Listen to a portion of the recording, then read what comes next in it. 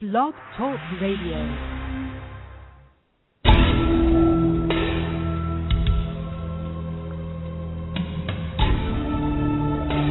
You are now listening to True Murder, the most shocking killers in true crime history, and the authors that have written about them. Gacy, Bundy, Dahmer, The Night Stalker, BTK. Every week, another fascinating author talking about the most shocking and infamous killers in true crime history. True Murder, with your host, journalist and author, Dan Zupansky.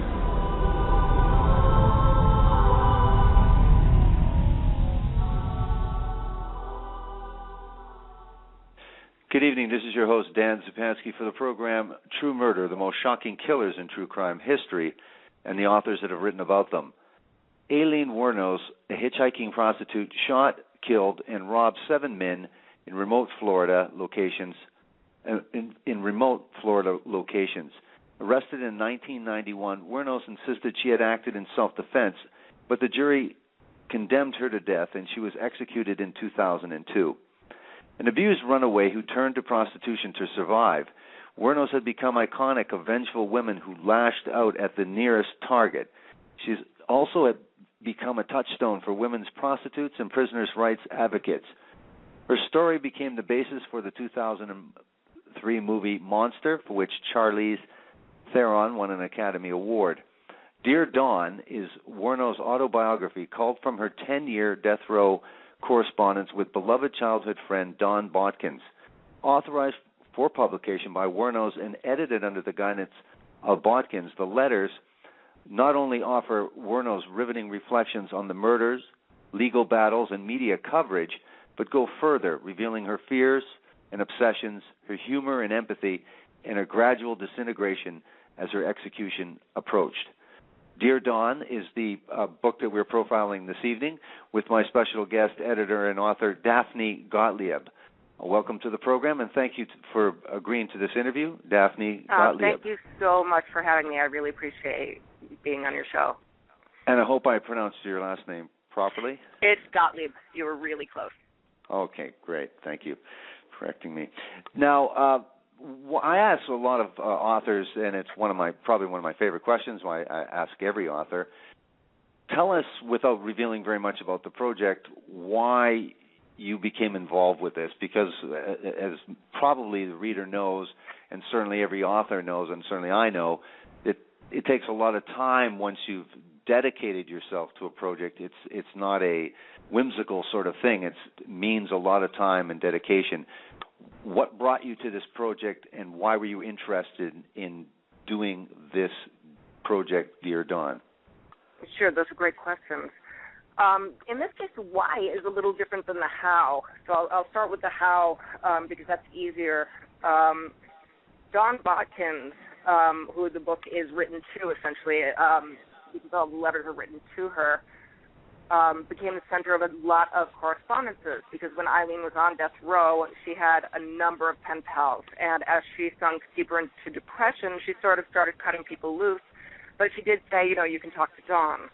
So Dawn started generating a lot of, long-distance correspondences, and one of these was with a woman by the name of Jessie Merrill, and Aileen had asked Dawn to promise her that she would get the letters out someday to tell Aileen's side of the story, and also hopefully make Dawn a little bit of money from the story, from Aileen's story. So Dawn had failing health due to her multiple sclerosis, and she called Jessie and said, can you help me with this? Do you know anyone who'd publish these?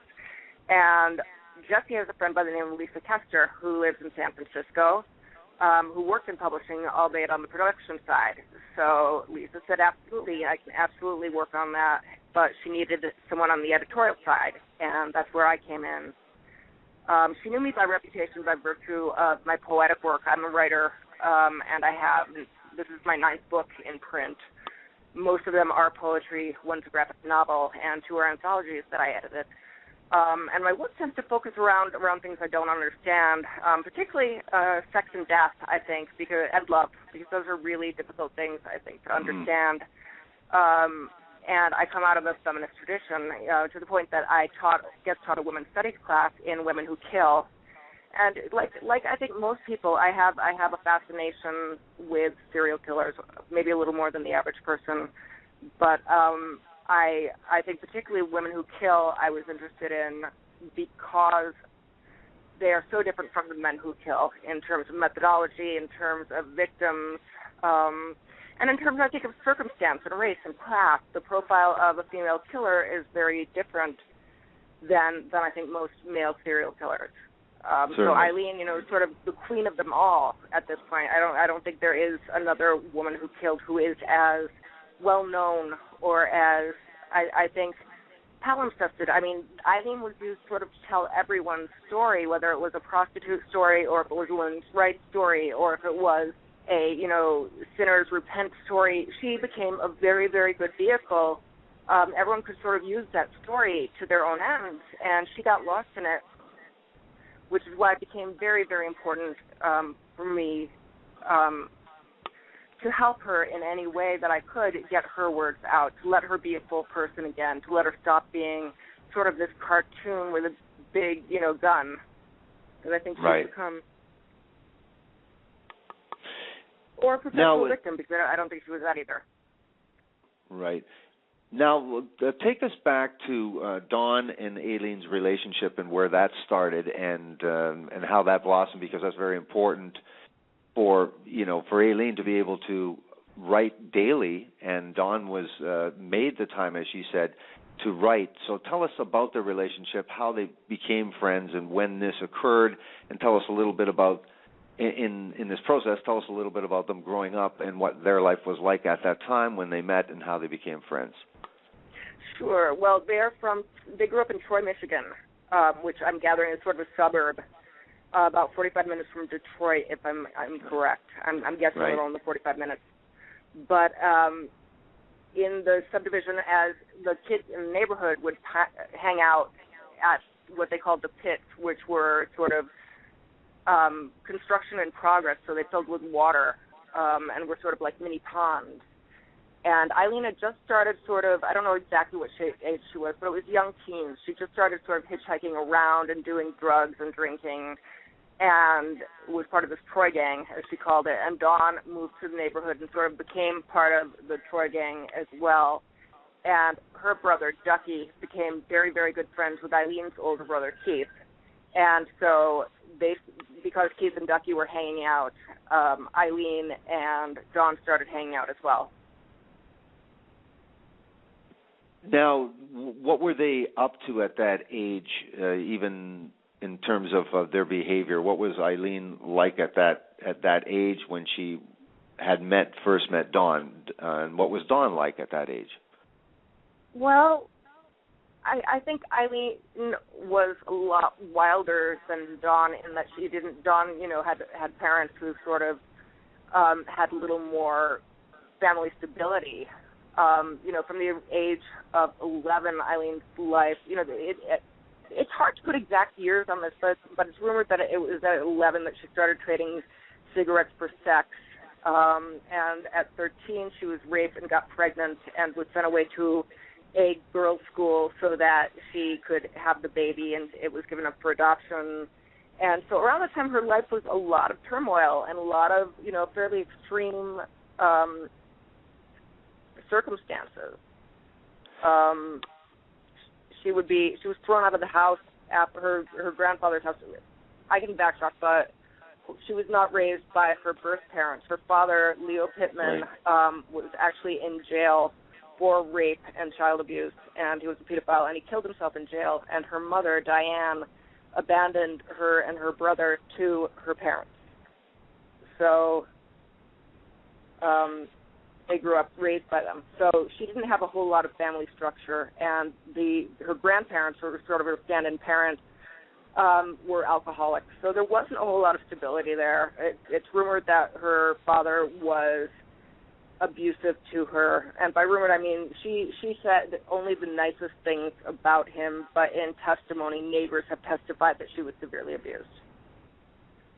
So, as I said again, she really didn't have a safe place in the world, and she would frequently stay the night at Dawn, for example. Now, the one thing that was in the book is that she had sort of a person that was in her corner, and that was her grandmother, Britta.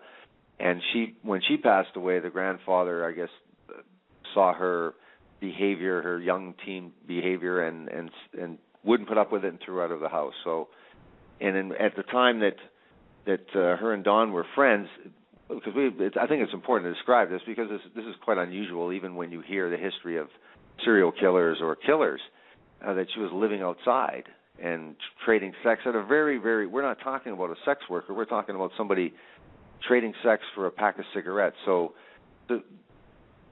take us a little bit back about what was going on in her. You say she had a rough family life, but please elaborate because I think it's important to the story. I mean,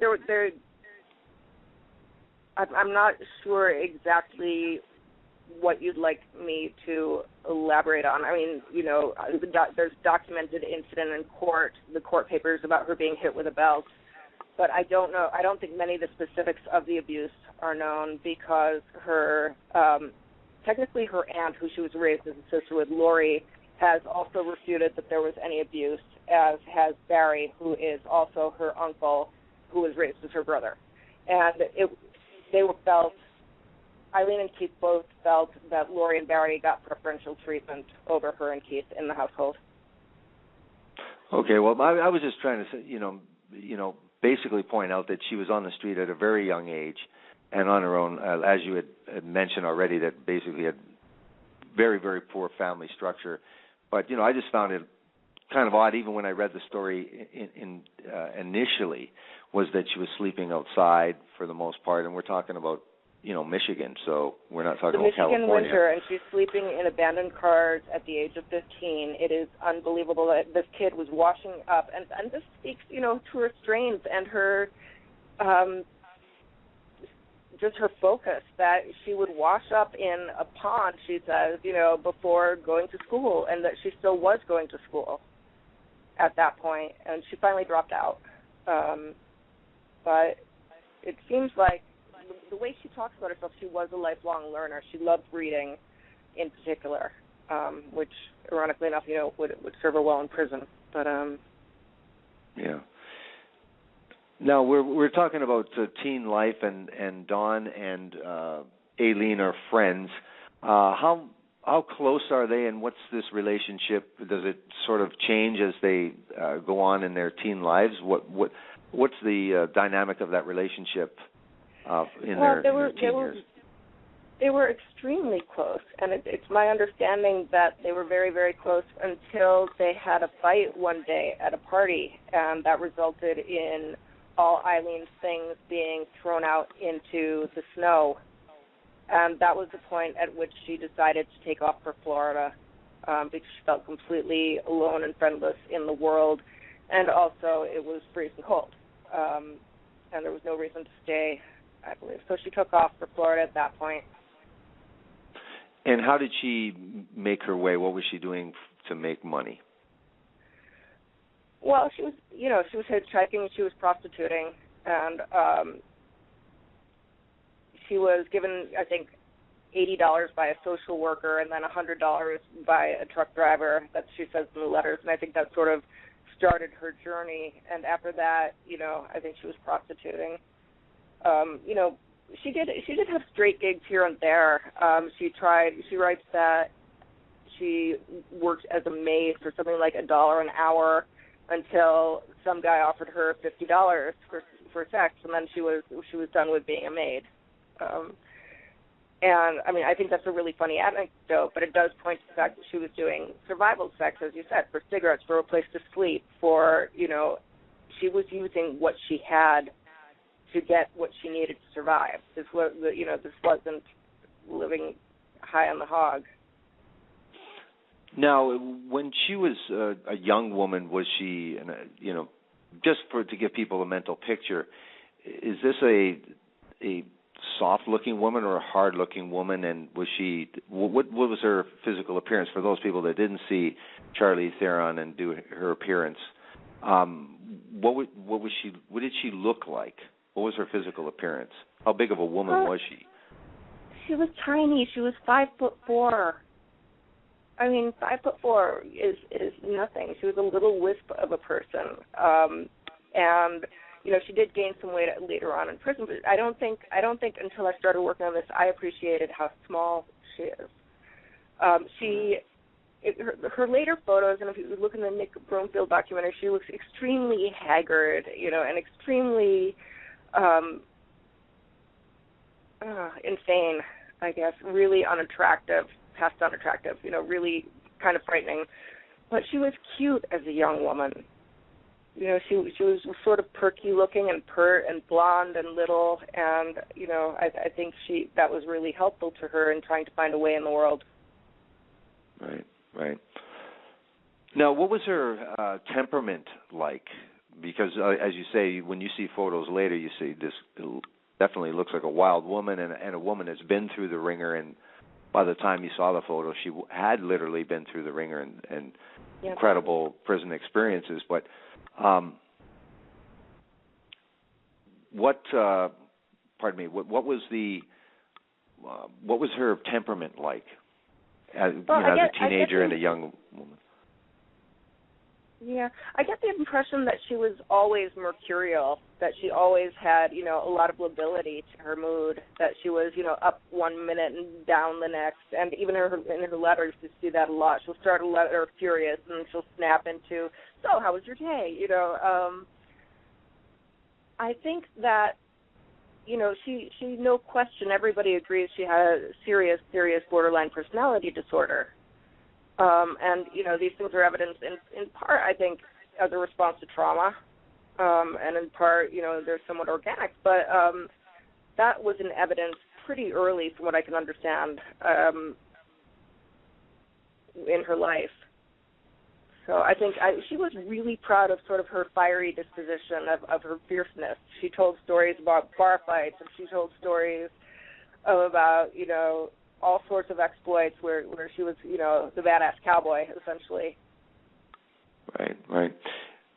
Now, at what point did she meet Tyra Moore, and under what circumstances? And tell us a little bit about that relationship.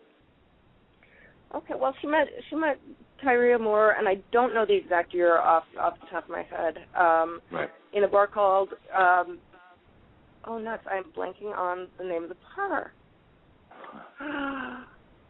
Oh dear! But they met in a gay bar in Florida, and actually this was right subsequent to Aileen having a breakup with a woman by the name of Tony, who was, she says, her first lesbian lover.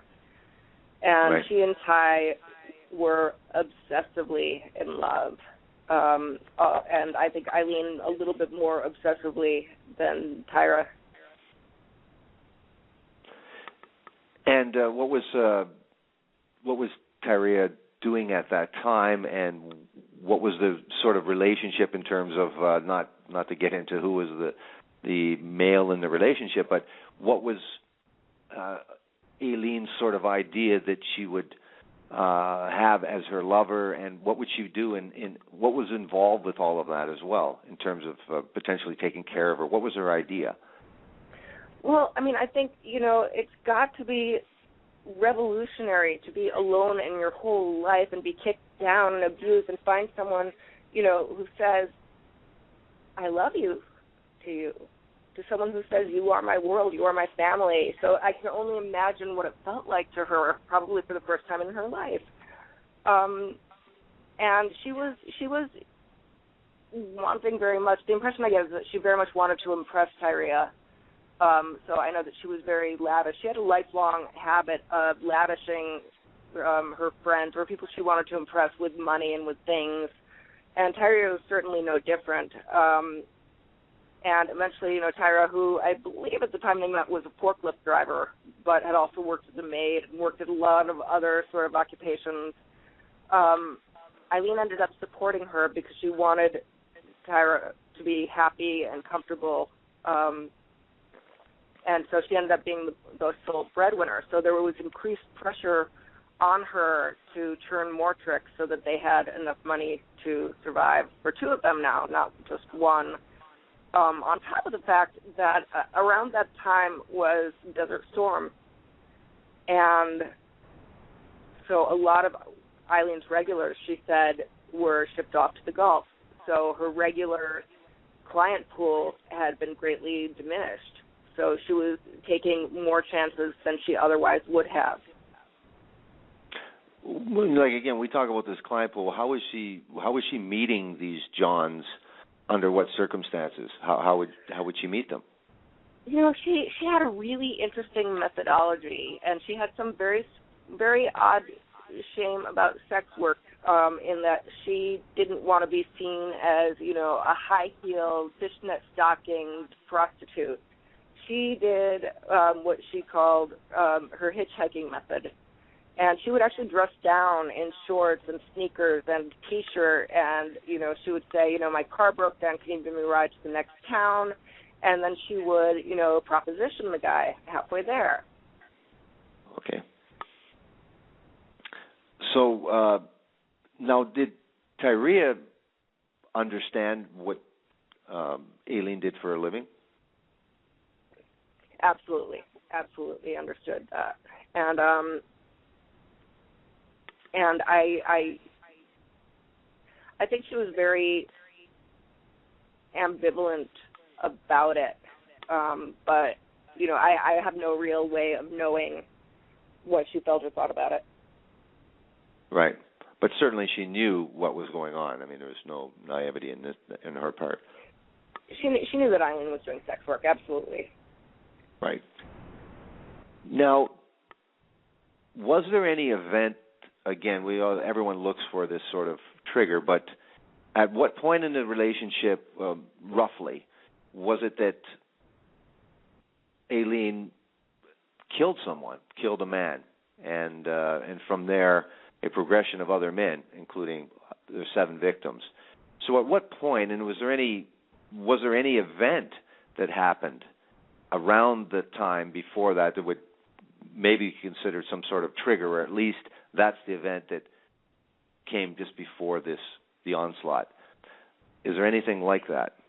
You know, not that I know of in particular. I do know that, as I said, you know, there was additional pressure on her to make more money. She and Ty had a difficult time keeping a steady place to live. They were in and out of sort of transient hotels, and they had 3 animals, actually 4 animals. They had 3 cats and a dog. And so they would get in trouble for the animals' noise, and they'd get thrown out, or they would, you know, not be able to pay, and they'd get thrown out. Or so they very much were scrambling for shelter frequently. And as I said, because a number of Eileen's client base had been shipped off, things were especially tight. And I think around the time of the murders, I think she said it had been raining also. So. Again, you know, and she didn't do very well in the rain, I guess. From my recollection, and I pardon me for doing this, but what it seemed to be in Lethal Intent with Sue Russell is that there was a time when Tyra, like you said, the first person that she thought genuinely loved her in her whole life, and it seemed like from everything I've read about this case is that that's what Aileen Wuornos really was. A person desperately seeking attention, seeking to be loved, to be respected. She never got it from her family. She never got it from the people who loved her. They just either passed away way too early. She just seemed to be really, really seeking this in a very, somewhat immature way. And in her bouts of temper, she seemed to be very protective, yet she was acting like a jerk, really, in a lot of ways. But the trigger that it seemed to be around the time of these murders, not to say that this is the cause and effect, but that she sensed that Tyra Moore might be slipping away. There was someone else came into the picture that was giving her a little bit more attention. They've been kicked out of a bunch of places, and it was because of Aileen's behavior. So I just put that in there because I'm interested in this story, and it's, again, a very fascinating story. That's why so much has been done about it. So anyway, at this time when Aileen kills her the first man, the letters that you have put in this book she talks specifically about that, and it becomes an important part of the defense later, or at least the attempt to talk about. She always claimed that this person tried to rape her. Tell us a little bit about what's contained in her letters about that event itself. Well, I mean, she sort of gives a very painful play-by-play of what happened in the incident. And she, details down to the condition of the car and how she was held captive in the car, and, different substances, including alcohol and Visine, that were introduced into her body when the orifices were raw. And, really, really harrowing story. Yeah, because, I think, to be fair to our audience, too, that a lot of, you must have noticed this yourself, there's a mix of the truth and stories and near truths in a lot of her letters. Is that sort of fair? Absolutely fair. And she does, as you talk about and other people have talked about, she vacillates. Basically, sometimes depends on the year or the time or the circumstance, or that some stories get changed. Isn't that as well correct? That's absolutely true, and I think it's one of the fascinating and really captivating things about her is how malleable things are. I don't think she's as in control as someone who's willfully manipulative. I don't think she is directly trying to lie or get one over on anyone. I really think that she calls it like she sees it, and I think situationally things change the way she sees a lot, if that makes sense. Right, yes. Now, for our audience to get back, make sure that they understand this story, because it's very multi-layered, because we haven't even got into the other players that, as she gets arrested, all these other players come into play, and in an unusual way, too. I've covered a lot of cases, and there's been some where obviously people are wanting to write books and do films, but this one really had a lot of attention and a lot of people that really shouldn't have been involved in anything like that. Just for impropriety's sake, they were involved. So we'll get to that too, and that's very interesting. And of course, Aileen might be naive, and she might be insane at sometimes, but she's not stupid, and she can see some of this stuff. She can see most everything. Now, she kills 7 men in a short period of time. What is the time period? Less than a year, isn't it? Yeah, it is almost exactly a year. Almost a year. And we won't go too much into how she's caught, but it's fairly easy to make the arrest after, I wouldn't say there was no connection made for a few of these murders, but there is some connection, and then it is fairly easy to make an arrest on Aileen Wuornos, and that is because of what evidence do they have? Do they have something in the database? What is the... Well, they had an eyewitness of her and Tyra in one of the dead men's cars after after it crashed. So right. They had eyewitness descriptions. And of course, they were smart enough to speak with Tyra first and got the information and yes, and evidence. That's how they got a taped confession over the phone, because Tyra was begging her to turn herself in. Now, the interesting part is, and Aileen talks about this extensively in the letters, is that the police officers that are involved in this sting operation to get Aileen to confess to these murders, and tell us about what their involvement is over and beyond this case.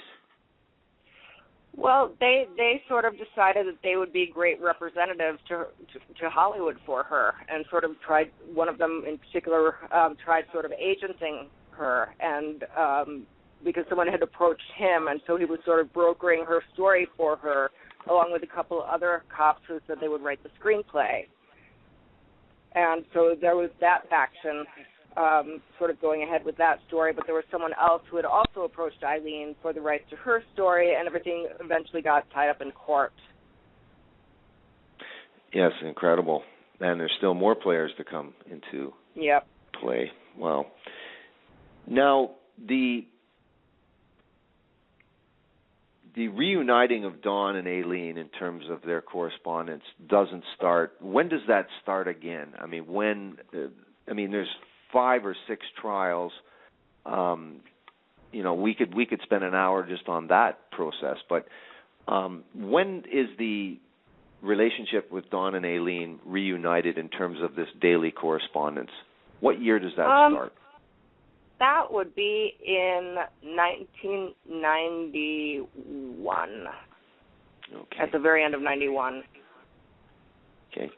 And tell us about that first correspondence, the first initial, obviously, who sent a letter to who and what was involved, what was entailed in that letter, and how did it begin? Sure. Well, apparently a state trooper came to Dawn's house sometime around the time of Eileen's arrest and said, do you know this woman? And she was had very mixed feelings, but a lot of relief finding out that Aileen was in jail, because she was always worried that she would turn up dead, and, wondering if she was sheltered and wondering if she was out in the rain by herself, if she was frightened. So Dawn asked the policeman to get her address, and Dawn wrote to her while she was waiting her trial. So from her very first trial, they corresponded and then began this daily correspondence? Yeah, sometimes multiple letters a day. They were limited to 4-page letters. Aileen was limited to 4-page letters at a time, so she would write many 4-page letters in this really lovely shell-like perfect script to Dawn. There are breaks in there. There are days. There are, I think, the longest that it seems like there's a week where they don't write, 2 weeks. But in general, they're writing daily. Now, why did Dawn Botkins, and obviously she's married to, that wasn't her maiden name, and Botkins is her married name, and she has a family. She has a husband. And, of course, this is, again, everybody knows who Aileen Wuornos is. It's all over the news worldwide, and especially in America. Why does Dawn do this, and what is the reaction from her family? But more importantly, why does she feel important, this friendship she had for a few years at this time? Why does she feel it's important for her to make the time and write these letters to her friend? I think she knew that Aileen needed her. And I think she did it in the name of love. And I think it really is, on a gut level, that simple. I mean, I think for anyone there would be sort of some horror at knowing someone who was capable of these things. But I think also it's sort of a family thing. Now, was there any conditions that Dawn Botkins said for her own sort of legal safety or for her own conscience? Was there anything she instructed Aileen to say or not say in these letters? No, I can't. You mean in the editing of the book? No. I mean in terms of when they started corresponding. She didn't say, listen, I don't want to know about the murders. I don't care if you're innocent. No. I don't care. No, not at all. And in fact, I think towards the end there was some consideration because, Aileen, again, was trying to write these letters in the hopes that Dawn could cash in on them. And those are her words, to cash in. So she was writing an expose of the crooked cops. She called them the crooked cops, the cops who were, again, trying to cash in on her story, try and sell it to Hollywood, and about everyone who was manipulating her and trying to make money off her story, and that was called Sound Off, her expose. So there was Sound Off, and she also was very aware, I think, that the stories of the killings was what everyone would want. Those were, for lack of a better phrase, the money shot. And she repeatedly tries to write them. And, I guess readers will see what they see, what she chooses to reveal about them in the book. But as far as legally saying anything, No, there were never any, hey, you might not want to say this because.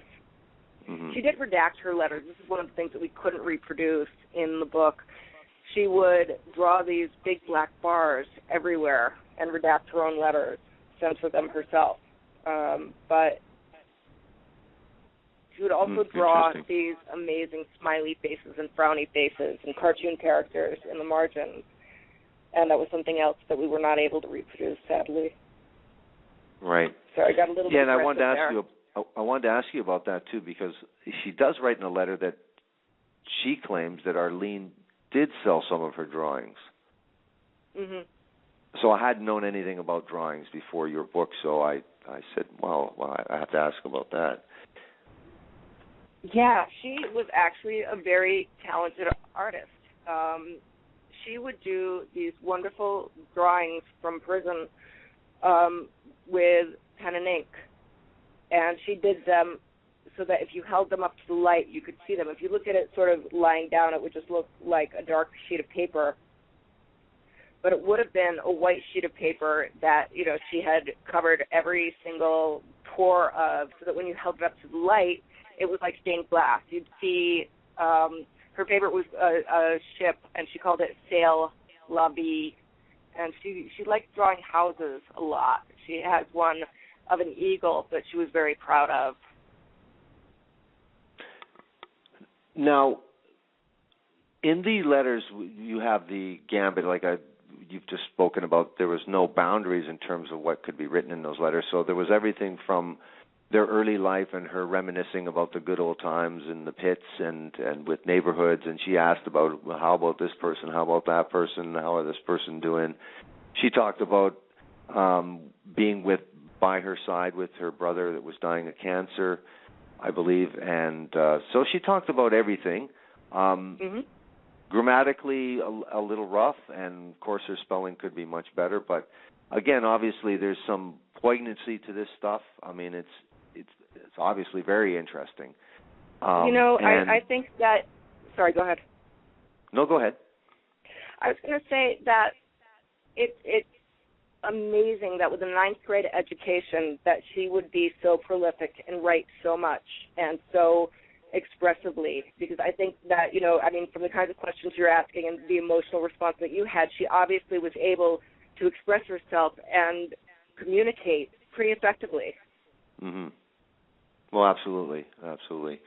Well, the thing is that the one thing that she did achieve, and I think this was interesting, is that it totally was not under her control, but I think at times she felt that it was. When they start offering money, when there was large sums of money bandied about for TV appearances. Now, the other thing that we got to mention, too, for everybody that doesn't know this, and most true crime readers do know this, there's a Son of Sam law, which makes this, again, we didn't talk about that, but it makes it more than a conflict of interest when police officers and prosecutors and we'll get to Aileen Prail and we'll get to Steve Glazer too, because I think that's an amazing story too, and that would send me around the bend if I had to deal with Steve Glazer, I think. But the thing is that all of these things are in the letter. Well, let's get to Aileen Prail and Steve Glazer too, because I think it's important we get to these people as well. Because this, again, like I was saying, this is a real source of consternation for Aileen throughout the years in prison. Talk about, tell our audience about Aileen Prail, how she came into the picture and under what circumstances, and then Steve Glazer. Okay, Aileen Prail is a horse rancher, I believe, trainer in Florida, who was reading her newspaper one morning and saw a photo of Aileen and thought, I was put on this earth to help her.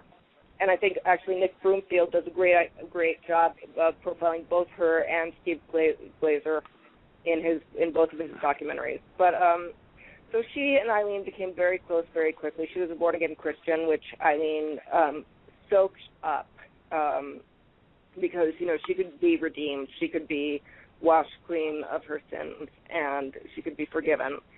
And eventually Arlene adopted Aileen so that, you know, when they got closer to the execution, Arlene would have visitation rights that were not contestable. And Right. Blazer was the attorney who was originally in charge of that and who became Eileen's attorney for her court cases after that, even though he'd never worked on a capital case or I think maybe even a criminal case. Yeah, and certainly not even a murder trial. Right. And the thing was, too, that I'm going to have to ask you if this was true, because, again, this is something I didn't remember. He tried to get her to sign an agreement that she would waive all rights to any other kinds of appeals or trials.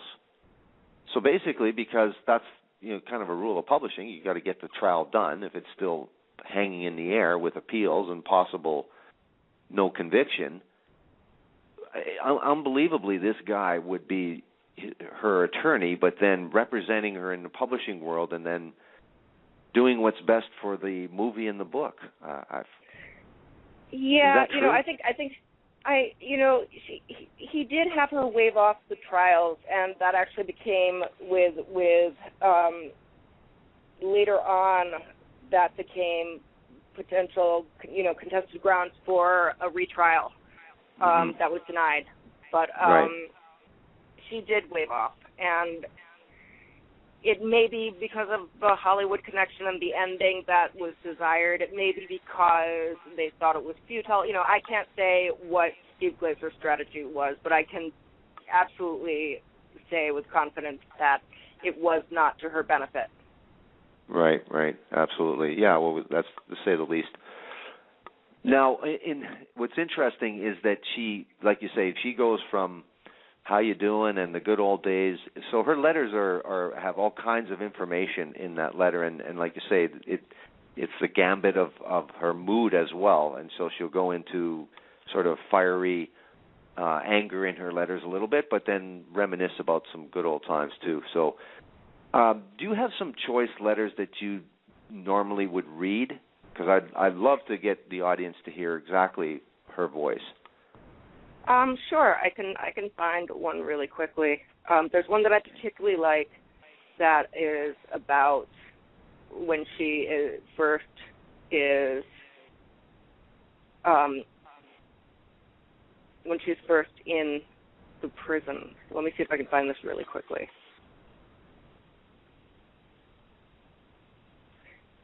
In the meantime,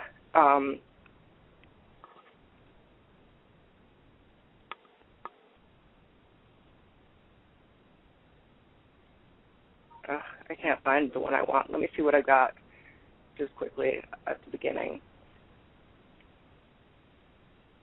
Okay.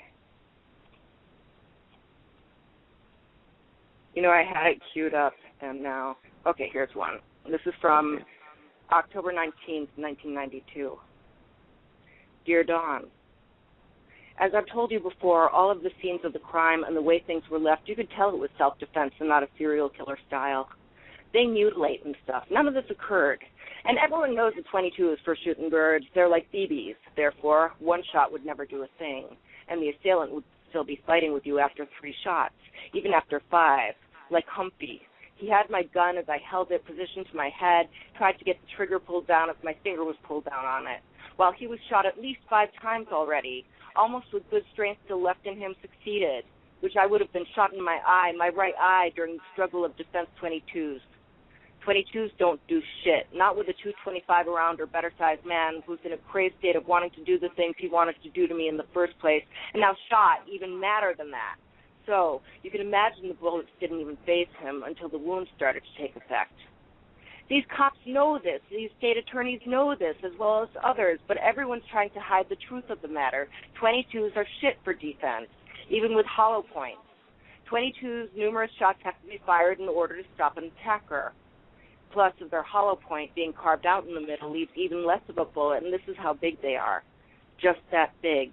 The top doohickey is the bullet. There was a drawing there in the letter. The shell consists of the gunpowder and remains in the chamber after firing. And check this out. Carskadden had hollow points in his 45. 45 bullets look like this. Yeah, that's what he was going to blow my brains out with, right in the side of my temple. Now you can see why I unloaded my weapon with 9 shots in him as he held his gun trying to shoot me. Only thing is, he forgot to slide a bullet into the chamber when he slipped the clip in the handle. This is what he was trying to do, slide it over as I was shooting him. I constantly shot him so as to make him lose power or drop his gun so he couldn't slide it over. Now, I never knew he had hollow points until I got home and never knew how 45 worked until Tyra showed me. And that's how I learned why he was lying there trying to slide the gun steel across. And if I was such a serial killer and having the 45 besides my 22, why didn't I switch weapons? Also, when I dumped my 22 in Rose Bay, I still had his 45, yet I hooked for 5 more weeks without a gun. Tyra knows this. The gun was put in storage. Also, I hustled without a gun before she left, just taking chances regardless because I needed to pay off our rent and get food, etc. Shit, it's the 4th page. Gotta go. Another letter to follow. Love, Lee. Yeah, it's really hard to sort the fact from the fiction. You're not really sure. It sounds compelling, but nobody in their right mind would talk that, because it would be off-putting to authorities that you knew that much about weaponry and bullets. Absolutely. Absolutely. But she's oblivious to that, so it's... Well, the thing is, she's not talking to authorities. She's talking to someone who knows less about weaponry. So she's bandying it about. She's playing expert. She's giving a lesson, if you will, to Dawn in what a hero she is to have survived a harrowing circumstance, which may or may not have happened quite like that. Now, I know this is probably maybe wasn't even your purpose, and it certainly wasn't your purpose, or it wasn't the criteria, and it wasn't necessary. But in all these letters, the mix of fact and fiction and delusion and in the end, like you say, when she's disintegrating, but everything considered, and you've pored over these letters, I'm sure, like nobody else really has, other than Dawn. Is there anything? What do you think about what really happened? Is there any evidence at all? Is there any possibility in your mind that one of these men possibly, is there any evidence in your mind, based on everything that you've read, the consistency or lack of consistency? Is there something to that? Because she has said at one time that, in part of her rationale, that it was a preemptive thing after a couple of men that were obviously going to kill her or rape her or attempted to rape her. What do you think in terms of, or was that even important to you in terms of how much of this is true?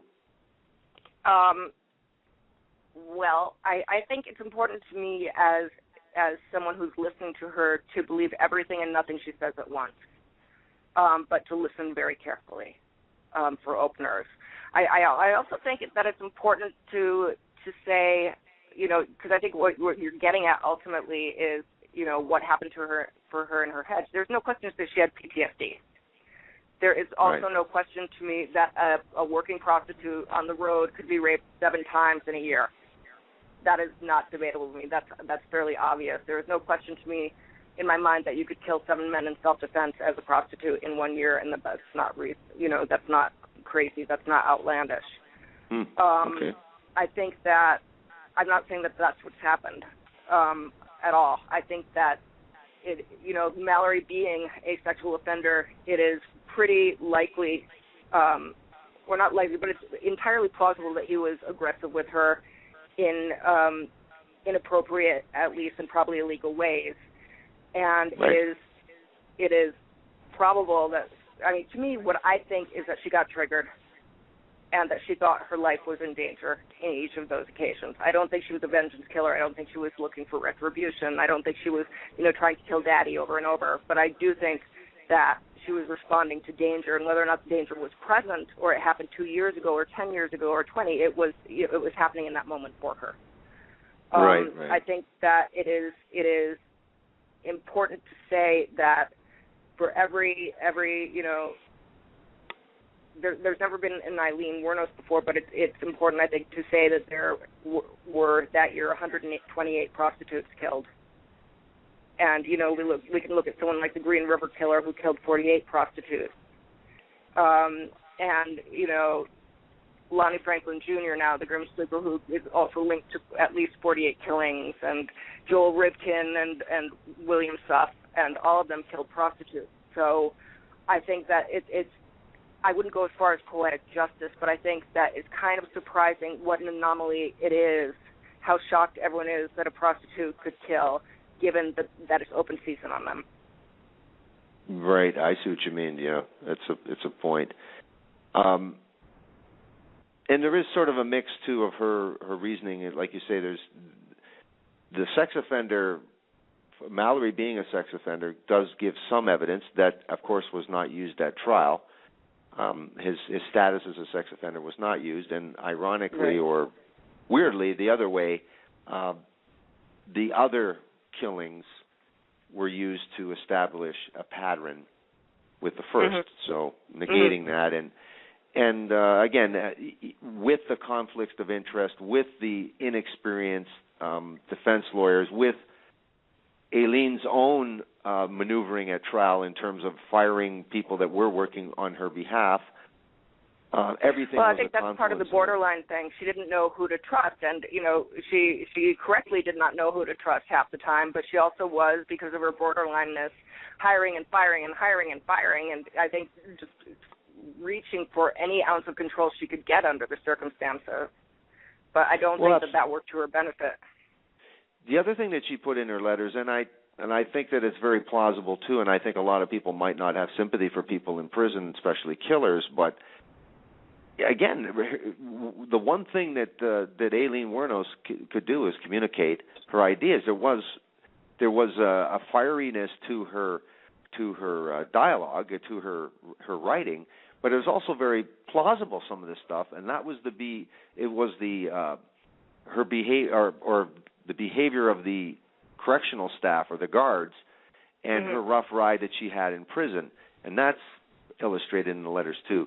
Tell us a little bit about that, because she imparted a lot of information to Dawn about that. Well, sure. I mean, there was just generally the bureaucracy of prison, which was, in terms of packages and mailing packages. There was also abuse, straight up abuse, that was later investigated. And I don't actually know the outcome, but I believe someone was fired on account of it. She believed that people were putting ground glass in her food. She believed that things were being poisoned. She thought that people were spitting in her food. She thought that they were listening through her intercom and pumping sonic pressure, what she called sonic pressure, into her cell. Yeah, so her complaints would fall on deaf ears anyway, because if there was any semblance of credibility, then whatever she said about the other paranoid delusions would sort of negate that, right? So right, which is really complicated. When she asked Dawn to go to the press, and she's going to blow the roof right off the prison. The talks that that there's a satellite on the compound is sort of might demote the importance of that claim.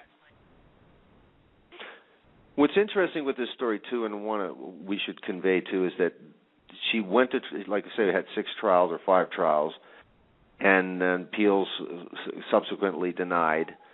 But she had the death sentence early on. Then she seemed to sort of had people in her corner that thought maybe they had those grounds for appeal. So there was a little bit of hope. But then she was still on death row.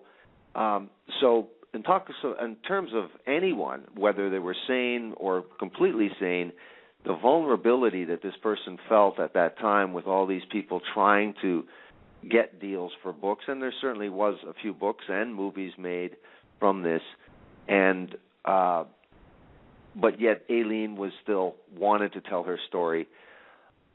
Dawn Botkins finally, with her MS advancing, she wanted to get this done.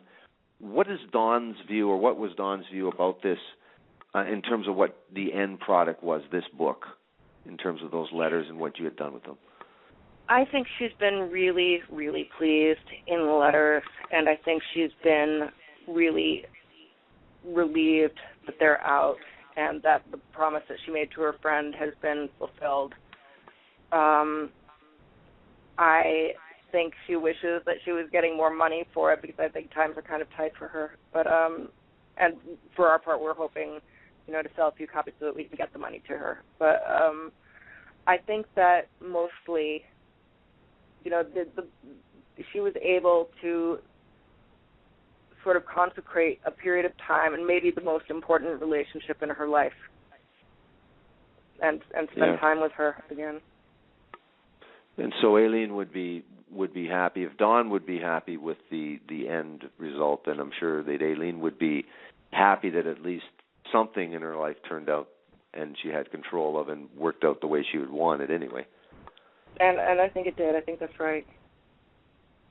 Yeah, I think it's a sad life, and I don't really feel sorry for killers or serial killers. I really don't. But in terms of circumstances, this is a story that's, I wouldn't say heartbreaking for me, but it certainly is a real recipe for disaster in terms of putting all the events that could possibly happen. And again, I still question, and that's why I asked the question, what you thought as a result of this, because Aileen Wuornos has a compelling argument, and when you see all the machinations that were behind the scenes in the court cases, I don't know. I'm not really convinced that she did get a fair trial. And again, I just looking at that at face value, it is an interesting story where everybody has a vested interest in something, whether it's politics or money or position, and really skewered this case. I think there was. I don't think this is a perfect case for women's rights groups or any of those groups that we mentioned, but it does touch on that. Yeah, and as I said, it was a chance to re-embody her and spend some time with her, which I didn't know it would be 4 years when I took this on, and I didn't know we'd be keeping such close company for such a long time. But I am very grateful to have her in my life, and I'm surprised how much she's in my head. Mm-hmm. It's very interesting. It's sort of funny to have a serial killer rattling around in your head, but yeah, absolutely. Yeah, it's a different kind of serial killer, and like you say, the female serial killer is why it really interests people, because, like you say, the motivation is completely different. Yeah. They're completely different stories than the male serial killer. Absolutely. So. Now, you have a website for this book or for the publisher? Maybe you can tell us, our audience, about that. Absolutely. The website is in progress, but you can get it at www.dear-dawn.com. Okay, great. And is it in ebook form as of yet? That's a really good question. I think it is. In fact, I know it is. Okay, great. That's a very growing audience, so it's nice to have that in that format for sure for those people that are wanting to get an ebook form. So it's great. I think it reads well in that form. Yes, absolutely. I want to thank you very much, Daphne, for coming on and talking about this book, Dear Dawn. It's a completely unique perspective. I, as you know, interview people writing their true crime books, and we obviously have different people, lawyers. We've had Crown attorneys talking about cases, wrongful convictions, people, John Wayne Gacy's lawyer. But it is very unique to have in the killer's words the person that was involved, and again get so much humanity from this person, getting a glimpse into their early life and their life behind bars, desperate to get the word out, desperate to keep a connection with a friend. And like you say, it really is a testament to love. Each letter she signs off with "Love Lee," and you could see that the bond that they had, and it is really, really very, very evident in the letters and in this book. So I applaud you for being able to get that and get that message across, and I think it's very evident that this was a very important project to you.